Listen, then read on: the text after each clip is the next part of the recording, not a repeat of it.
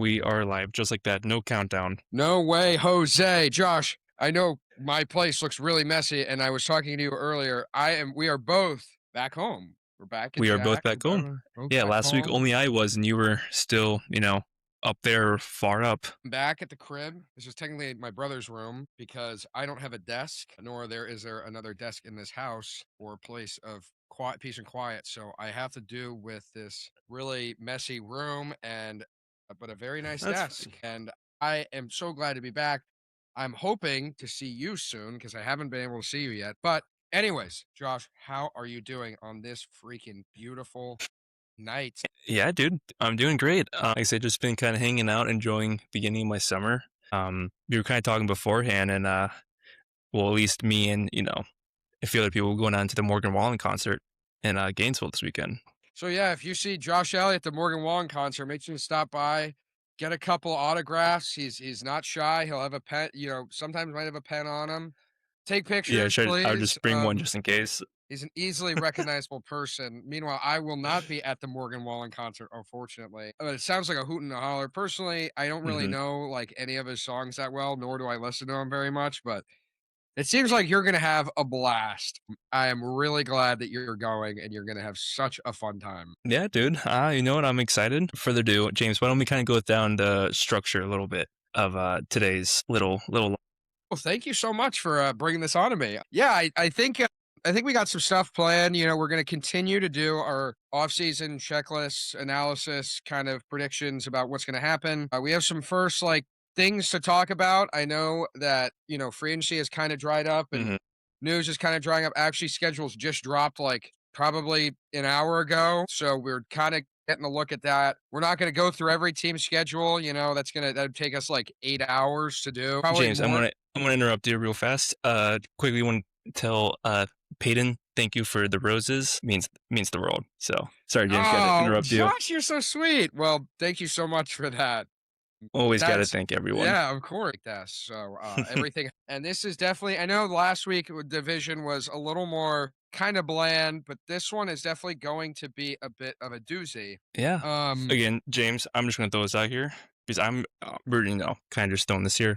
yeah, we're Peyton gonna just shoot sent it. 20 roses. I don't even know what that means, but that You sounds know what? awesome. Honestly, I don't either, but it sounds amazing. So again, thank you so much for all your support. And yeah, I know James, you can't necessarily see the chat right now, Yeah, whoa, whoa, but wee, wow. That's what Borat said. So, that sound. I don't know what that means, but that sounds pretty awesome. So, yeah. All yeah, right. Josh, you're gonna. I will only interrupt you if it's really important. No, you never interrupt me again, okay, buddy? This is my house, my house. No, and Yeah. then talk about the NFC South. See how that goes, and then we will go into. I don't know what we got left. So, but without further ado, let's kind of talk about some of the quickly. We won't go too much on this, but two big, I guess, if you want to call that signings. First is Real the quick, man. again, James, I want to interrupt you again because we just have so much support going on. Will, thank you for your rose. Thank you for the heart me. Peyton, thank you for the 7 chilies. We're just getting all these support, James. I don't know what any of that means, but that sounds awesome. That sounds really great. Josh, you're scaring me. Is this like is this a big deal? I don't know what's going on. Dude, James, I don't know. Honestly, if I think you need to join the live just so you can at least see. Yeah, it's kind of yeah. In case anyone knows, I can't see anything unfortunately, which kind of sucks. But So while James joins, yep. So we're going to go through the NFC South. So that's the Bucks, and Falcons, and Panthers, who each kind of go back and forth between um, the various teams. And then at the very end, we can also, if we have some time, we might play a couple of like the daily games. That includes the Weddle, the connections, NFL grid, things like that, depending on how kind of we want to set this up. So yeah, James, I know kind of let sweet. you talk a little bit. All right, I'm collecting my thoughts here because I have a lot I want to say, Yep. and such little time on this planet. But anyways, two of the biggest free agent signings we got on this week, actually Mm-hmm. two pass catchers. That is Juwan Jennings signing with the Minnesota Vikings for about I think it was 1 year, 13 million, but it's actually 8 million base salary. And then David Njoku signing for a similar amount to the Chargers. Yeah. I guess I'll say two quick things. My thoughts. I like both these. Definitely a lot less than I was expecting from both these guys, and definitely a lot shorter contracts. Both kind of big deal proves they held out. We're waiting for certain things, so they will have their chance. Juwan Jennings will be really interesting with Minnesota. That's a really good receiving trio, a great replacement for Jalen Naylor. He's a great blocker, complements those guys really well, brings an attitude that I think the Minnesota offense needs, especially after last season. And then for Njoku, I don't think Charlie Kolar was going to be a receiving tight end one. And you do Um, have Orlando Gradson, yes, you do have for the Orlando who was on and off, but had some good mhm. moments. Adding that veteran presence, another pass catcher for Justin Herbert. I think Njoku has been one of the more underrated tight ends in the league for the past couple of years. People have kind of undervalued him, but partially that's because he's been under horrible, quarterback play. But anyways, I like it. I like the move for them. They finally did something. They finally did Yeah. something that adds some value. So I don't know if you want to tap in with any of that. Yeah, first, again, I'm going to keep on interrupting with not just you, but just the interactions of the chat. Peyton's over here just going crazy. I'm not really one to know what dolphins or roses or corn, I think at one point was. Again, just thank you for everyone's support. These are like stickers or something. This sounds pretty cool though. I kind of like Yeah, dude. this. I low key, dude. This is. I think we're getting We, motion. We're making bank. We're making bank. So thank you all out oh there my for the gosh. support. Breaking in that dough. You know what I mean? Yeah, no, I definitely just think we kind of need to get used to this different format and kind of figure some things out. So, um, so we'll kind of figure it out. But yes, the two big signings. Obviously, free agency is like never over during this time period, and a lot of contracts you will see is very similar to the contracts that are given out to Jawan Jennings and David Njoku. They're going to be very short. Usually, it's going to be within a 10 million range with added benefits and added bonuses. Um, these are two guys that I think pretty early on, a lot of teams or a lot of outside perspective and media was thinking that they were going to be signed on. I know Hmm. for a fact, Jawan Jennings from the Vikings got a contract that was worth around 15 million per year, I believe, and then now he's Yeah. down to 8 million. Yeah. So, and Njoku has been in the league for about 7 years, He and was in he's the been same draft as Denzel Ward, I think. hmm or Like, no, he was or the year before. He was the year before. He was picked. oh, that was like Jabril Peppers Yep. and stuff. Yeah, that's right. That's right. Um, Yeah. but regardless of that, he's been an extremely valuable piece, one of the better underrated receiving threats at tight ends. And obviously kind of last year with the whole movement of a little bit of a rebuild lost his snaps to Harold Fannin. So it's definitely surprising to me that he lasted so long in free agency. And that he's kind of going to a spot now with the Chargers where their receiver room, and we talked about this, last week, isn't necessarily the best. And so you might have a situation where he or either David Njoku or Alani Gadsden can play a little more of that H slot role, and then the other one playing that 12 to 13 personnel with Charlie Kolar as well. Yeah, 100%. It's a perfect. These are both perfect Hmm. examples of when betting on yourself goes bad. No, 100%. Because again, like you just said, these guys want more money and they end up going for a lot less on these prove it deals, and now Hmm. they're kind of stuck in different situations. And I think with these two teams, especially when you point out Gadsden, it's it is crowded. Hmm. These rooms are there's a lot of mouths to feed, and they're not the prime targets anymore for those offenses. So they're going to have to make way in certain ways in order to succeed and hopefully get that bigger contract in the future. But yeah, I don't hate any of these signings. If anything, I Hmm. like them both a lot. Contending signings for teams that are wanting to contend. I know that's a little weird to say that for Minnesota because Right. of how bad their offense was, but I think people are really buying into the Kyler Murray train. I don't even know if he's like the actual week 1 starter. I think it's Um, an open yeah. competition right now. So. So, I don't know really what to expect with that, but Mhm. yeah. And then So, then there was one other move today, actually. Devon Achane got his extension, 4 years, yes, 64 million, averaged about 16 million, which is the third third highest. highest. But this is really big because this means there's two running backs right now who, you know, Bijan Robinson and Jahmyr Gibbs, who are also up for contract extensions. And you could see one of those reach over 20 million a year. Yes. Oh yeah. I think it's a really weird signing too. Hmm. Because I mean, you talked the 18 trade hype was getting really big, Yeah. especially after his season. Look And at it reminds me a lot of Brees Hall as of recently as well. Yeah, no, yeah, and especially for the Dolphins who are in this rebuilding mode and have Malik Washington and Jalen Tolbert as wide receiver 1, 2, and don't forget Tutu Atwell. Well, they got some other guys, but yeah. Yeah, Talk. Yeah, I'm we'll just talk about trying to I'm just trying to get the point. It's weird that you sign this running back to mega extension when you're kind of in this rebuilding mode. And I got to be honest with you, I don't see the Dolphins really contending until like Mhm. an extra 2 to 3 years after you pile on this draft. So I I don't get me wrong, I love A Chain. I think he's a really explosive back. I think in offense, he is an elite running back. It's just weird that a team in this position would go and spend this kind of money on what you would call a non-premium position. If anything, it reminds me a lot of Jeremiah Love and the Arizona Cardinals, Yeah. where you're looking at this team and you're like, "Oh, this team is terrible." But hey, at least we have what could be a top 10, top 5 running back in the leagues. We shall see. We shall see. No, 100%. 100%. Uh, But but yeah, yeah, but man, with yeah, that, a little long pause.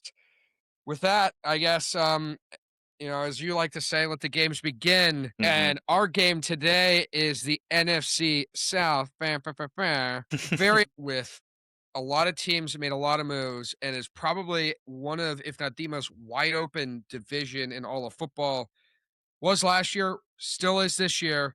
We got some teams to talk about. I know I'm talking a lot. So, Josh, why don't Yeah. you get the ball rolling with your first NFC South team? No, 100%. And the very first thing that we talk about with every division is this division is competitive. Now, it's a little different than some other divisions, AFC West, for example, where every team is this amazing top tier team. All these teams, you know, from last year are right there in the middle.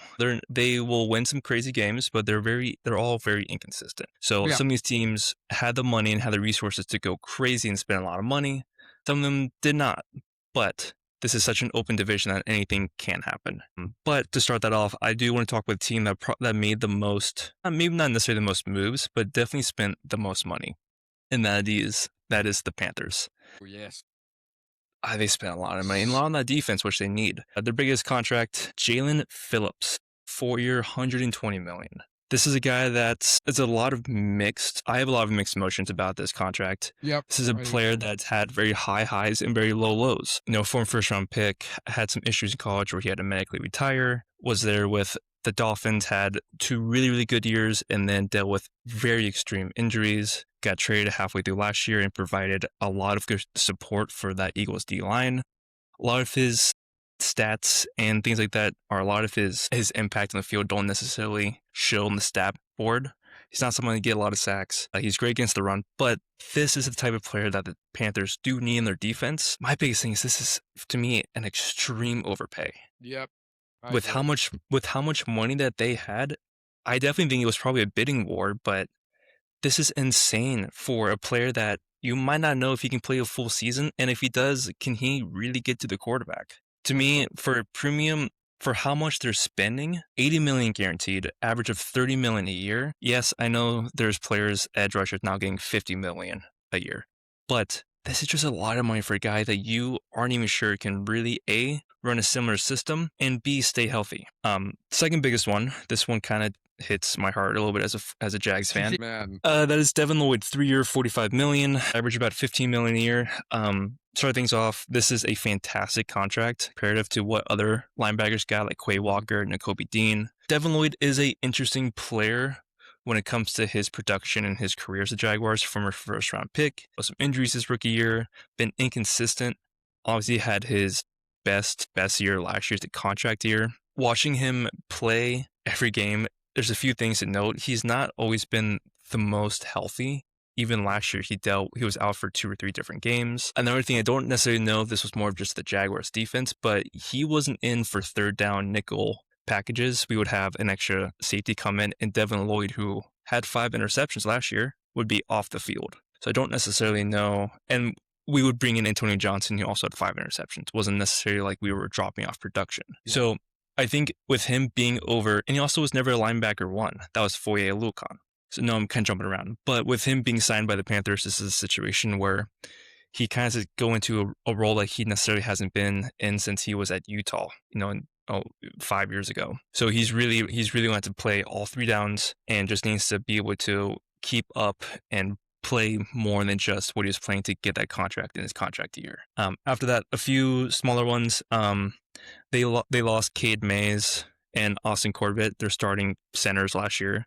Went out and got Luke Fortner, 1 year, a little under $5 million. Another former Jag, former Saint. Luke Fortner's fine. He's probably one of the smartest players in the league.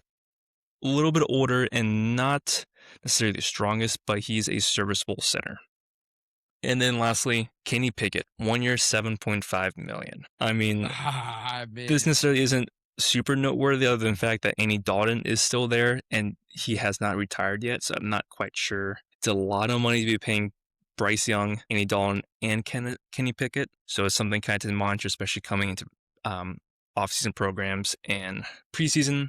Overall, very defensive heavy. I mean, obviously, there's one more I had to scroll down a little bit, and that's Rasheed Walker. Yes, I was going to say you forgot about this him. one I had to go down a little bit more in my notes. I mean, it was a 1 year, $4 million. This is a player that we were talking about. It could potentially get up to 20, 25 million, and it only got him for one. This is an incredible deal, especially with Ike Ekwonu going out with injury. This is prior to the draft. And with such a huge need at left tackle, this was a fantastic contract. Now, to the draft. They went trenches, their first and second round pick. First pick, Monroe Freeling, left tackle. We kind of talked about it as it happened. As a player, we like him.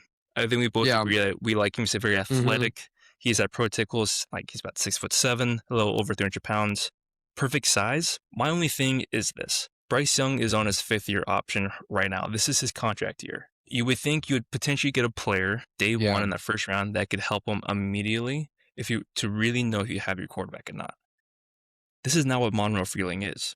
There's a chance with how their tackles are set up right now with Rasheed Walker and Taylor Moden that Monroe Freeling doesn't touch the field. And that's not what you want from a top 20 pick, especially when you have so many questions about your quarterback.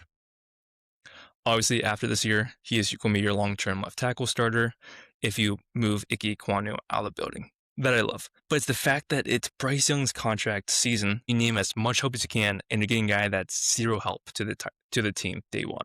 Yep. It's not my favorite. Round 2, pick 49, Lee Hunter. This is your big nose tackle. I love this pick. Lee Hunter's an older prospect, but him next to Derek Brown is fantastic. Lee Hunter is that, like I said, prototypical nose guard. He also has some really good upside in the pass game.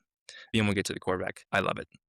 After that, the only there's a few other good picks down here, but Chris Braswell is another one, their round 3 pick. That's your tall, big wide receiver from Tennessee. Potential is there. This could be a fantastic pick. My only thing is we have not seen a wide receiver from Tennessee translate to the NFL.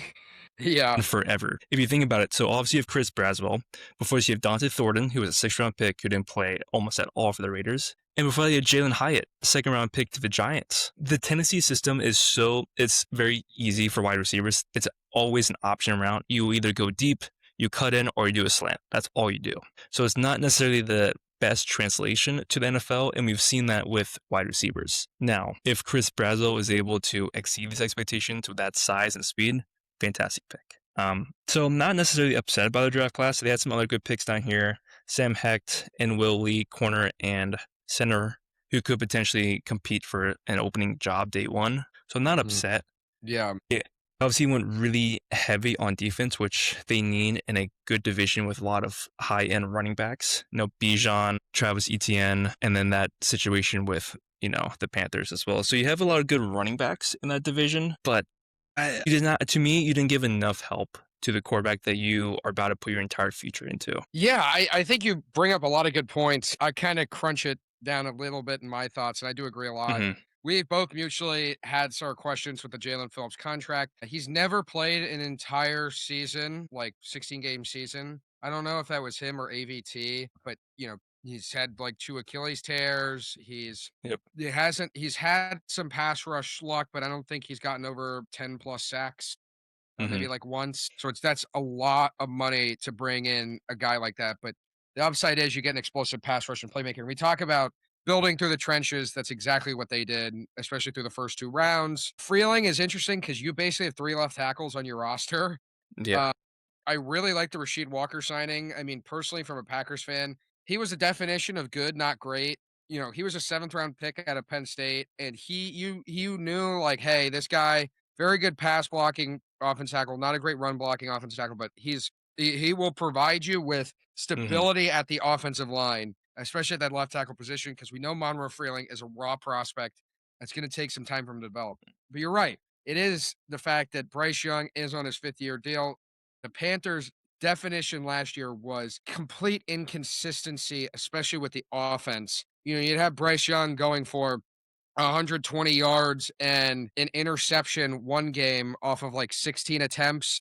And then he would break the Carolina passing record and drop 4 touchdowns in an overtime win against Atlanta. And the best thing you get is a backup left tackle and a wide receiver, basically, where you say, hey, go and do a streak and I'll throw you the ball, but you can't make him do any other route. It's questionable. I No, do 100%. like what they do on the defense. The Devon Lloyd contract is unbelievable. You're getting that a price tag like that for an all-pro player. I know it stings you. Carolina Panthers fans have to be really happy with that, considering how poor their linebacker play was in the past. This team, to me, is in a limbo, and I really think it has to do with Bryce Young. It has been Bryce Young is the definition of Yeah, and I'm gonna interrupt you real fast. And even if you think like you see quarterbacks in the past with his sort of his frame as well, being a little bit of a smaller quarterback, and so many of them are not just pocket passers, but they're able to move outside the pocket. For example, I'm thinking of like these are a little out there, but like Steve Young, for example, he's someone that's about the same size. You know, Kyler Murray, same height, same situations like that, and they have that extra ability to be able to move outside the pocket and make and gain extra yards. Bryce Young is almost afraid to move outside the pocket, right? But I intended to make comparisons to quarterbacks about the same size. I don't think this. I don't think this moves the needle that much.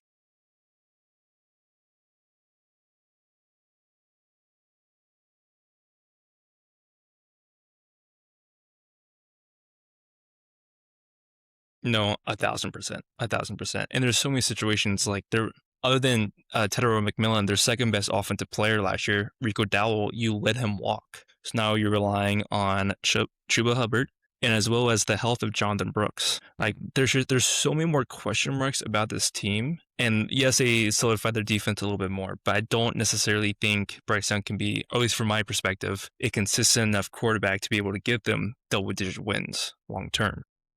100%. Mhm.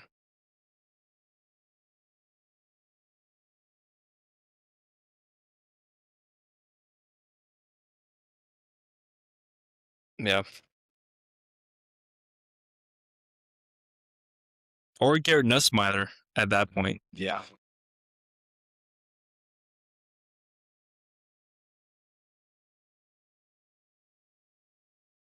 You're free to say I personally like some of the stuff they did.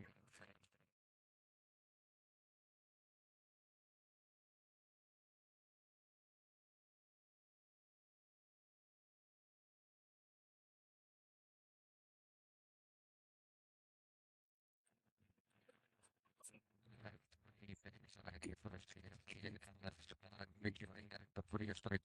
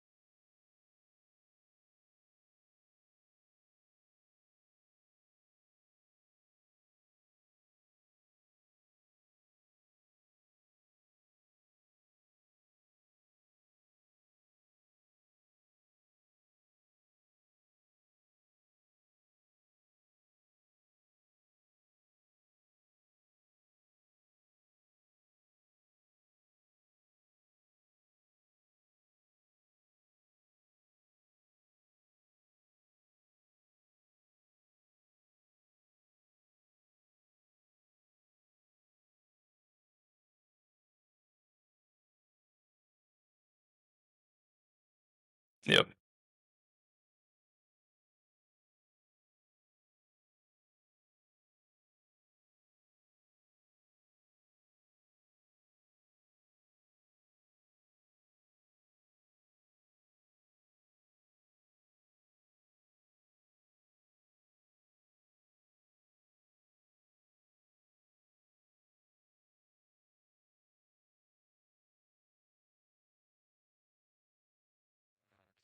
So once we kind of figured that out, yep, no problem. All right, you join back in a second. Let's see if that works. There I am twice. We have some technical difficulties. All right, let's see how this sounds. Give me 1 second, James. All right, let's see how this sounds. Okay, try it one more time. Sorry about that. Your mic is still very, very rough.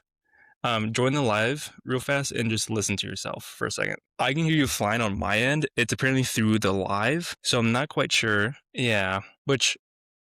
Okay, let me try one more thing, James, okay? Okay, try it. Hello? Oh, yeah, that worked. That worked. Sounds good? Yeah, it sounds perfect. Okay. Okay, give me 1 second. Josh, what was that about? Why do I sound like this? Okay, can you speak one more time, James? Josh? Okay, see, now I can't... Oh, here we go. There's my issue. Josh, what'd you do? Josh, what the heck? Give me 2 seconds, James, because I see now I can't hear you. That's the only issue. Oh, wait, really? Josh, what did you do? Yeah, so just trying out different things. Dude, it seems like every time something always happens. What was it? Shoot. So what does that mean? Yeah, I can talk right now. What's up? Yes. Yeah, I can hear you. Yeah, I can hear you. Yeah. But I don't know how to fix this. Okay, let's just... What do we do, Josh? I'm trying to figure that out. See, I would be... If it... Like, the audio would just come out of my computer, potentially. You know what I mean? But I can't even get that. Yeah. For some reason. That won't work for me. Because, like, I'm trying to do it for my speaker. So I'm trying to put it back to my MacBook speaker, right? Yeah. By clicking that, I can't hear you at all. My thing's on max volume. So that's what I'm just trying to figure out. But that's definitely why not that many people have stayed. It's because that audio sounds not great. Damn it. Okay, try talking one more time. Hey, Josh. Yes, I can't hear you for some reason. I don't know why I can't hear you through it. So either we do this, we just power through for the rest of it. Okay. And then just hope that Magic Audio can fix it on like the actual recording and the clips. Or that's the only thing we can really do. So wait, what if it doesn't work? I'll make it work. I just don't know what else I can do. You know what I mean? Yeah. That's my only issue with this is I have no idea what Are you still live? Yeah, I've been live this whole time. No one's here way. watching it, so we're fine. But I don't know what else to do. That's my only thing. I have settings here. Tanner was in here for a second. Really? Yeah.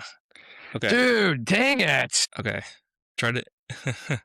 Tanner is here. I'm going to try to move this down. Hey, Tanner. It's been a long day, man. It's been a long day. Okay. Let's see if that did anything. Thank you, Tanner. Okay. I'm going to mute my mic to see how this works. So give me 1 second, James. Go ahead and start talking. Hey, Josh. What's up, man? Hey, we're all good. I fixed it. Oh, really? Yeah, we're all good. Mics are fixed. Yes. That's what it says on my end. And I checked it real fast and it sounded fine. Okay. All right. Where was I? All right. The draft of the Saints. Saints. Yeah. Okay. We're back. Continuing on our march for the NFC South, we're talking about the Saints offseason. So I personally really liked it.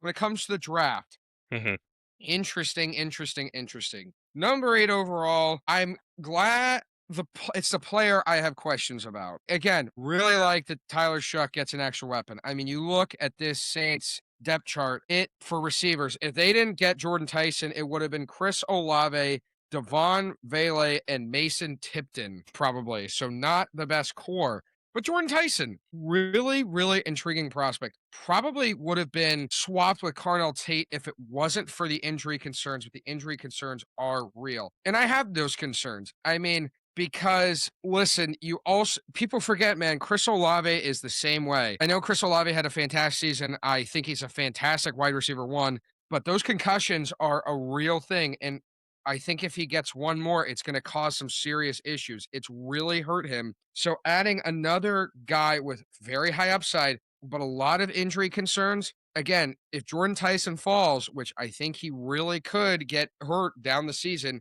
it's going to be very hard for them to kind of claw back. I probably would have liked Mekhi Lemon here a little bit more. But again, I like that they are getting premium weapons for Tyler Shuck in that offense. And quietly, if Tyler Shuck plays well, is turning into one of the worst and kind of offenses where you just didn't know anyone, and it was you're kind of some backups to what could be a really premium, undervalued offense in the NFL. And then they go ahead and they get another guy I really like in this position, and that is Christian Miller, defensive tackle out of Georgia. I kind of wanted Green Bay to take him, but he falls to New Orleans Saints. Really good run stuffing defensive tackle out of Georgia, really kind of a big body guy, solid player. I think this fits a need for the Saints. They have, Brian Brzee, but he's definitely more of a pass rushing defensive tackle. You get kind of a young guy who is a two gap player who has not that much pass rushing upside, but provides stability in that run defense. You go to their third round pick in Oscar Delp, really intriguing pick. I like Juwan Johnson a lot. I think he's a really underrated tight end. But I think Oscar Delp also provides a premium at the pass catching position, and he also has some blocking room. Georgia tight ends, you look at Brock Bowers, Darnell Washington as well. Darnell Washington. So they've done pretty well in what they need him to do. So again, we talk about the additions and adding of two tight end sets. I think Juwan Johnson and Oscar Delp adding another pass catcher for Tyler Shuck, get a premium position, or I wouldn't say a premium position, but get a good guy at good value in a position of need. Well, as well as just depth and a guy who's younger. I mean, Juwan Johnson's he's definitely north of 30, if not 33, almost. Yeah, he's an older guy. I know he signed an extension recently, but a guy who can probably replace him in the future. They made some later round picks I really liked in 4th and 5th rounds. You get Jeremiah Wright out of Auburn, really good guard depth, super physical run blocking mauler. How about this? Getting another NDSU wide receiver in Bryce Lance, Trey Lance's brother. I like this pick because it adds depth to a receiving core that desperately needs depth.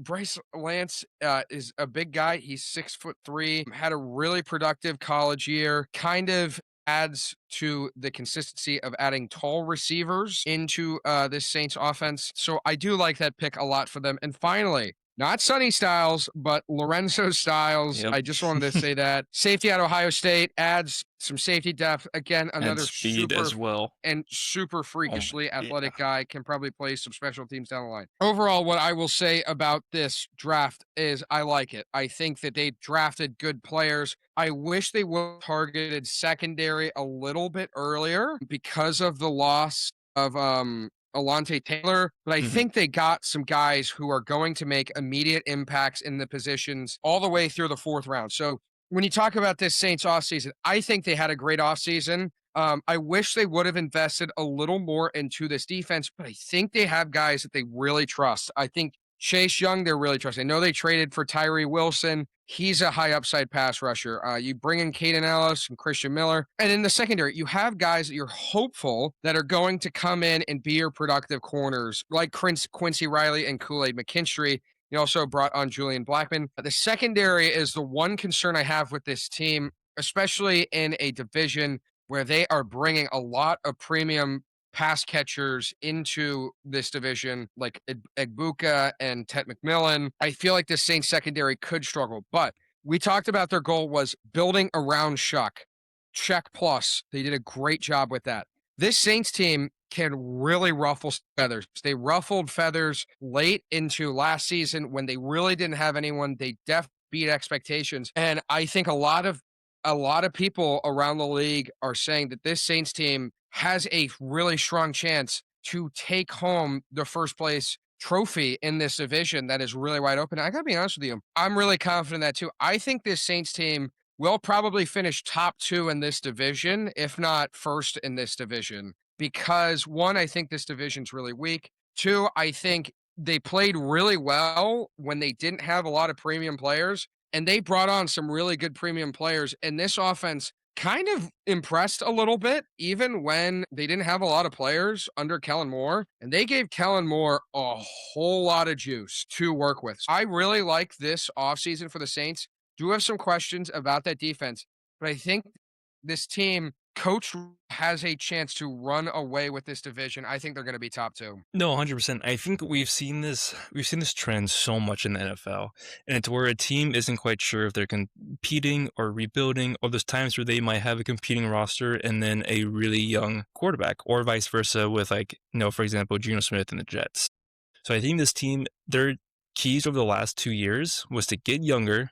Cam Jordan's a huge example of that. Juwan Johnson, get players that can come in and immediately compete, and then work around your second year quarterback. So know that I think they can really do some great things this year. I mean, Louisville quarterbacks, man. Lamar Jackson, Tyler Shough, you never Teddy know. Bridgewater, he was a pro player. Maybe, yeah. Could have been Two-hand Teddy. Could have been, yeah, two-hand Two-glove Teddy. Teddy. So yeah. I hate that look. I hate that look so much. little Kenny Pickett action for you. But yeah, that's the conclusion for the Saints. Now, Josh, who do you have next? Yeah, so James, I have the Falcons, and this one's interesting. Let me pull up my little notes here. So in free agency, this is something I have never seen before. Their two biggest contracts, ready? Yep. Jake Bailey, punter, 3 years, $9 million. Nick Folk, kicker, 2 years, $9 million. Those are their two biggest signings, contract based. Hey, Folk was a fantastic kicker. And- like, come on, give him some credit. Yes. Now, I'm throwing this in because this is no disrespect to Jake Bailey or Nick Folk. They're both fantastic players, both respectively one of the tops of their positions. Nick Folk is almost 42. That's unheard of. Well, it's very rare for a kicker to be that old and still be one of the best at his positions. This is a team that's stuck in the mud, and this was a perfect chance to make some moves, especially in that wide receiver core, especially on that defensive line, linebackers especially, and they didn't do any of that. They did bring in Jawan Taylor, but it was after Caleb McGarry already retired. Guys, you can't pronounce their names. Yeah, thanks. It's guys who are on the roster, but are not going to make any immediate impact. And there's so many question marks, especially, you're looking directly. You have to expect a suspension coming for James Pierce Jr., and there was no attempt of putting any sort of effort into replacing that production he had last year. Wide receivers, now I'm not going to talk about the draft quite yet, but behind Drake London, you don't have any receivers. That's a huge need, and we've seen them so many times last year not have anyone else to go to. It's just not my favorite, the things that they could have done compared to what they did. Now, the draft, I'm going to mostly talk about two players. It's a lot of potential that I don't necessarily, it's not my favorite. Obviously, there's also one more player I want to throw in here. He kind of deserves his own little section, and that's Tua, and that's his whole quarterback situation. Michael Penix, throughout his career, has been very inconsistent as well as injured. He's also always had a fight for a quarterback, one position with Kirk Cousins previously. Now you bring in Tua, who is definitely in the down years of his career. I don't necessarily know who is going to be the day one starter or who even gives him that better chance of winning. To me, they're pretty neck and neck when it comes to not just talent, but impact on the field. So it's not my favorite. In the draft, they did not have a first-round pick. They traded to the Rams last year for James Pierce Jr., which, looking at it now, might not have been the best situation, especially if he does get suspended for some time. Yep. Pick 48, go with someone you're very familiar with, Avion Terrell. I love the story of pairing him with A.J. Terrell. Avion is that perfect slot corner. He was extremely physical, fantastic against the run. Not necessarily the best ball skills, and there are some long-term issues. He's, especially when it comes to not necessarily just coverage, but he's very aggressive. He tends to get a lot of penalties. So I don't necessarily know how well this is going to work out there. But for a physical slot corner, perfect. Pick 79. This is where you go and you try to get your Band-Aid in the wide receiver room. Uriah Branch. This is a mixed one for me because when he was at USC, beginning of his career, he played really well as that wide receiver 1, wide receiver 2 at USC. Yep. He was used all over the board, deep shots, intermediate routes, slants, screens, all of that. He transferred to Georgia this past year, and he was used almost strictly primarily as that screen receiver. He had very, very limited receptions past line of scrimmage, and obviously that took a hit to his statistics and stats this past year. Now, he was very good with the ball in his hands, so I don't necessarily know how the Falcons are going to use him, but I do know that they're going to have to rely so heavily on him this year because of the lack of talent in that wide receiver room. This is another team to me that, honestly, I don't know if even upgraded, to be fully honest with you. This another team that kind of stays right in the middle of where they were before. You lose.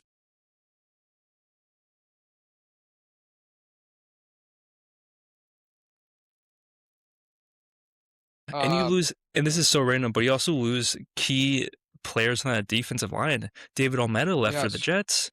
Talked about James Pierce. You trade Rugo Roro, who had 3.5 sacks for you last year, for Mason Smith, who was a at best, it's coming from a Jags fan, a practice squad player. Oh, dropping the bomb. But yeah, I also was going to say that. Really do not Mhm. like that trade. Not really sure why they did that. The one thing I really liked was the Avion Terrell thing. Obviously, AJ Terrell, but I also just think he's a really good player. That obviously that trade comes back to bite him. But James Pierce might just be out for like the entire season with the suspension. This team has certainly a lot of questions. One of the things we talked about it with Tyler Shuck, we talked about it with Bryce Young. Young quarterbacks you want to build around. They did not do that with Michael Penix in this case. If anything, they lost a lot of guys.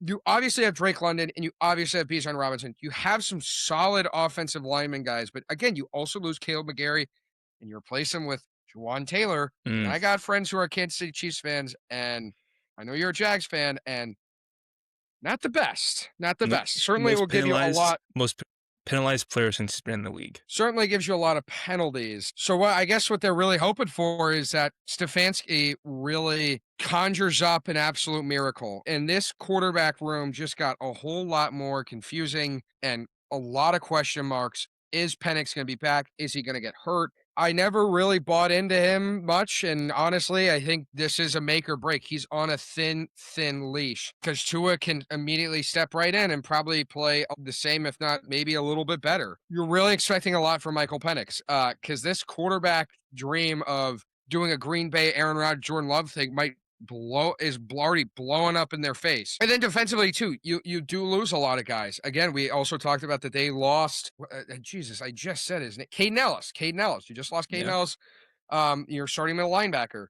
You're losing a lot of guys. You're replacing them, and you're also replacing them with kind of just placeholder guys. Not a lot of star talent. You're banking on very limited upside for a lot of these guys, and I certainly have my questions. And I'm going to throw this at you real fast, especially in the linebacker room. You're really depending on two players that have almost never shown the ability to play a full season. That's Devon Diablo and Troy Anderson. Those are two players that health is one of the things that is truly one of their biggest weaknesses. Yeah, no, for sure. And I just don't buy it. I don't really buy it. I think this Falcons team has a lot of good players, but I just don't think we talked about from last year, this year. I don't think they got better. I think they got worse. And I think in this division, this team with the talent that they have is expected to really ball out, really compete. And they're dragging. They were dragging last year, and your response to dragging when you're supposed to be a playoff team,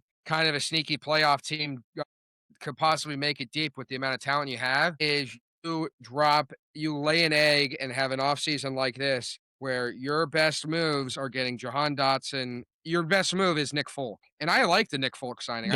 I like it. He was a fantastic kicker for the Jets last year. The second round rookie and Nick Folk. Oh, certainly I'm not high on this team going into this season. I pray that Stefanski has a voodoo cookbook of his that's going to make Jahan Dotson become what he was supposed to be as a former supposed to be as a first round pick. So yeah, I 100% agree with you on all this. And I want to throw a little idea out you there. Kevin Stefanski has obviously been a head coach. Was for the Browns for a bunch of years. Honestly, I don't know. There might have only been 1 year where he's been a head coach and there wasn't a quarterback controversy going on. I'm thinking his first years with the Browns, 2017, Baker Mayfield, Tyrod Taylor was the starting quarterback, very beginning of that year.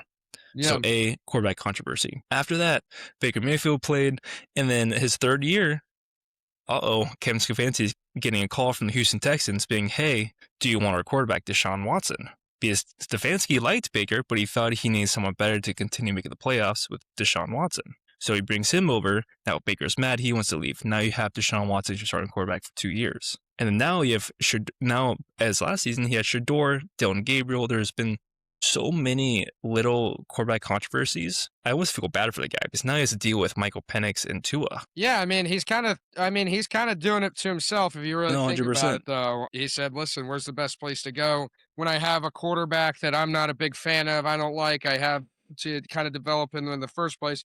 You go to the Atlanta Falcons and get the exact same scenario with Michael Penix. So again, I think this team has talent, but I don't think they did enough. So no. But last team and another team, big questions. Mm-hmm.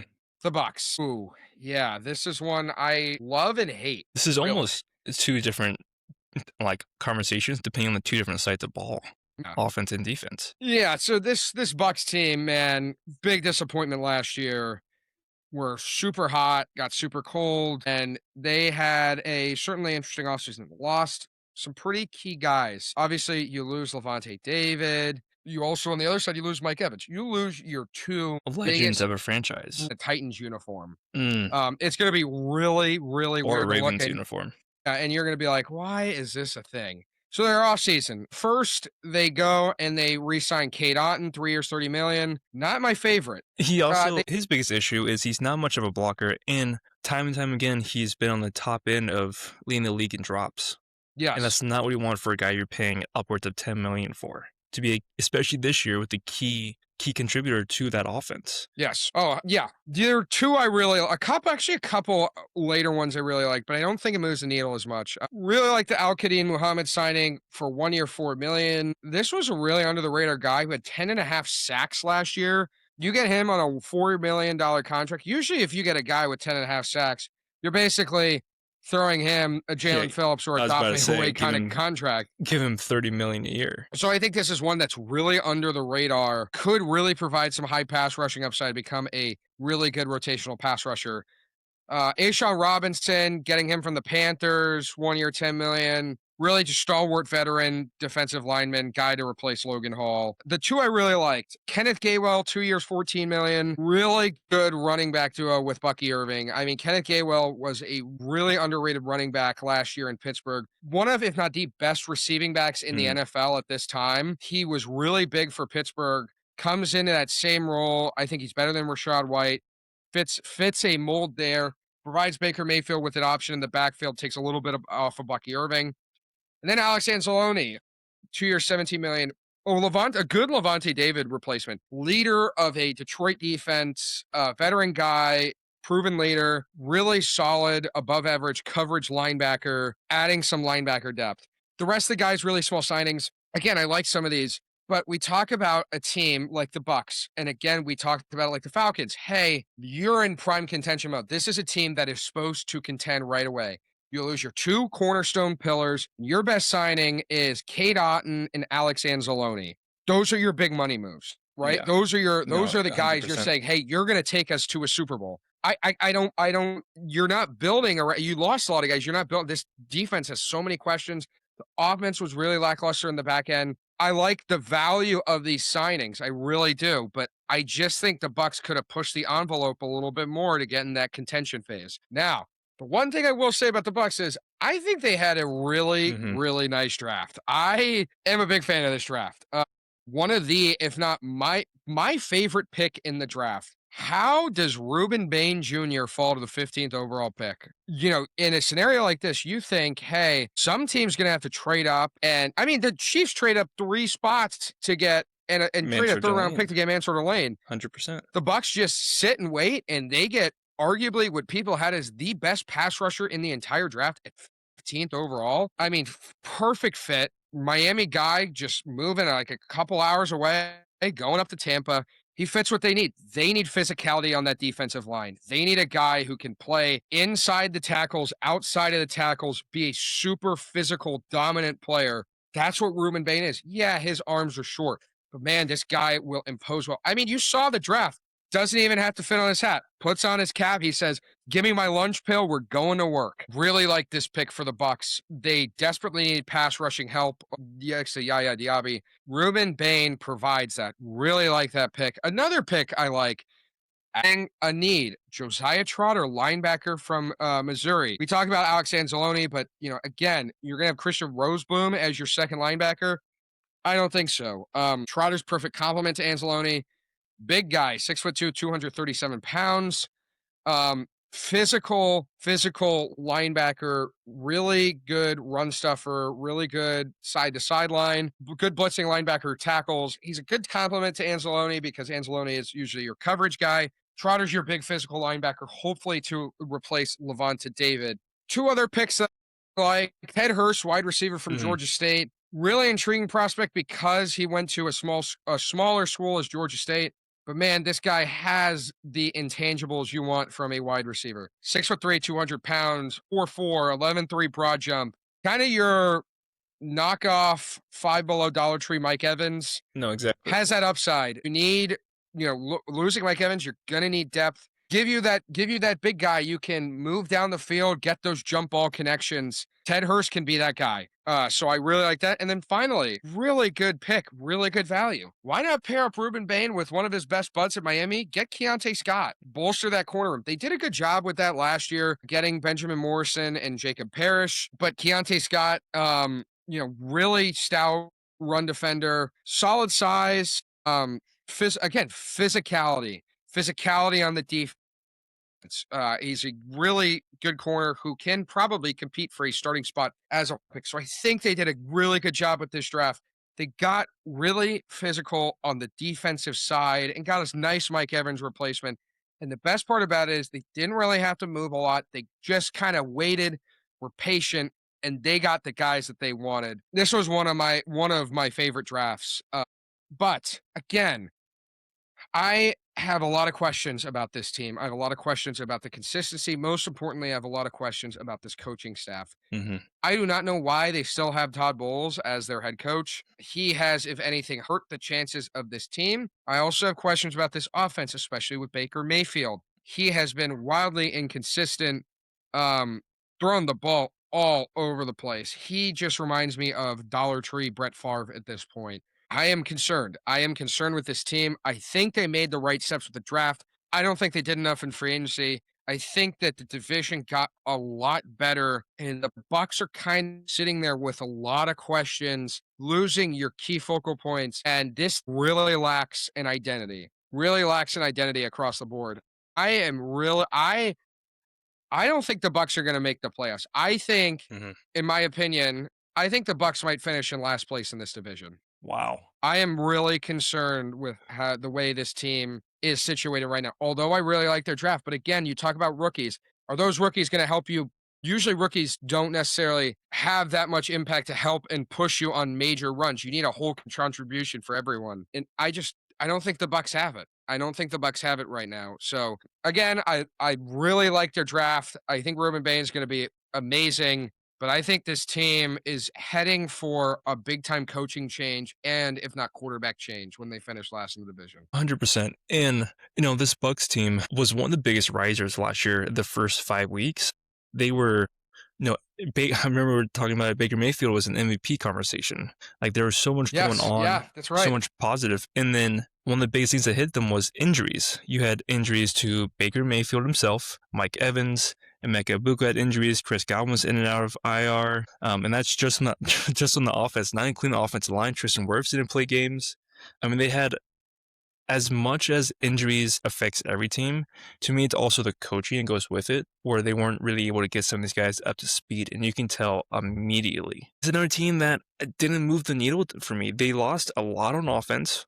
I think Baker Mayfield is past his prime right now. I think he's at the part where he cannot lead a team throughout an entire season. Yep. I think there's so many question marks about Bucky Irving still. I mean, last year there was an injury and then it was so undisclosed that no one knew when he was coming back. Kent Gainwell to me is a fantastic pickup, but how much opportunity you really want to get if he's not on the field that much? And then this wide receiver group, Emeka had some great games, but also fell off last year. Chris Godwin is nowhere what he used to be, even signed that massive contract. Ted Hurst is from what we call it, Georgia State. He's probably going to end up being a starting X and probably just going to be a downfield threat, trying to just take the top off defenses. It's just, there's no, I hate to say this, but there's no dog in this team, especially on the offense. Defense, I love Reuben Bain coming in.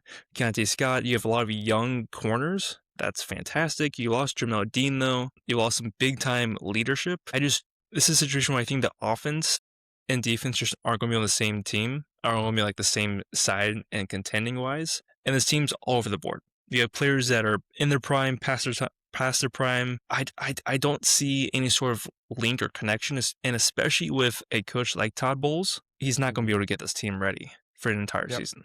This is, to me, I'm right there with you. It's just going to be one of the surprisingly poor teams coming into next year. Yeah. Well, as tradition, and I'm gonna put it on you now because you Okay. usually tell it to me. I think it's, or I forget the four. It's most improved, least improved, first place, last place. Yep. I know you went first last time, so I guess I'll go first Okay. You if just want that's to, okay with give you. it to yourself. That's okay. Yeah, Yeah. I'm gonna give it to myself. Okay. Man, ooh. This is a tough one. This It is is actually tough. kind of a tough one. I think I have my emotion least improved. My least improved is going to be the Atlanta Falcons. I mean, the Bucks at least made some moves. Again, really like their draft. I mean, they've had some really good value for range signings. Falcons had none of that except for a kicker. Special teams And as a whole team downgraded. my most improved team, it's between the Panthers and the Saints, but I really like what the Saints did. I think they provided a lot of value to their offensive side, but also did improve on that defensive spectrum. And I don't think the Panthers did that as mutually on both sides. I think they really improved their defense with some good guys. But I don't think they improved the offense as much as they should. But I think the Saints are really big, improved both ball. I was really impressed with what they did. And it goes back. My last place team, and we talked about it, is the Tampa Bay Buccaneers. I know it's surprising. I think, by the way I think about it, is I'm gonna give you my line is I got the Bucks, I got the Falcons. I really think the Falcons could finish last too, but I got the Bucks, Yep. I got the Falcons, I got the Panthers, and then I have the New Orleans Saints. I am really confident with this Saints team. I really like them. I think they're going to be really fun. I think they are coached really well. I think Kellen Moore really showed he is a good coach, even with how much with the lack of talent that they had. I think he is going to really shock the NFC with his coaching skills. So yes, that's my four pillars. What about you? No, 100%. And I think, especially with the division so competitive and so close, you can make a true argument on any of these four with any sort of these categories. I agree with you. I think most improved is a not necessarily a tie, but it's up there between the Panthers and the Saints. I think I'm going with this. I'm agreeing with you with the Saints. I think it's because not only did they make moves in free agency like the Panthers, but then they also added day one talent from the draft comparative to the Panthers with someone like Monroe Freeling who may not necessarily play much day one. So I think because of that move, the Saints to me are more improved. Least improved, I have to go with the Falcons. I mean, they didn't give a single contract out worth more than 1 year.